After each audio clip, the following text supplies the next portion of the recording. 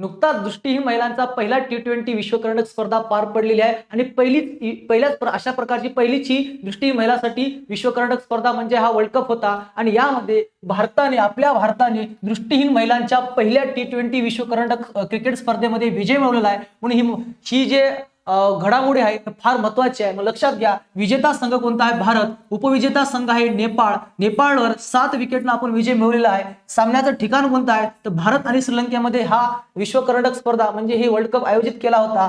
मग अंतिम सामना पी सारावत्तू स्टेडियम कोलंबो श्रीलंका इथं हा पार पडला. अंतिम सामना 22-23 नोव्हेंबरला पार पडला. हा महिलांसाठीच्या दृष्टीनाचा पहिलाच T20 विश्वकरंडक स्पर्धा होती आणि 115 धावांचं लक्ष्य आपण कुणाला दिलं होतं? तर नेपाळला दिलं होतं आणि ते आपण भारताने नेपाळला दिलं होतं, पण ते पूर्ण करू शकले नाही. म्हणून हा पूर्ण सामना जिंकून घेतलेला आहे. अशा प्रकारची पहिली स्पर्धा होती. दृष्टीहीन म्हणजे काय?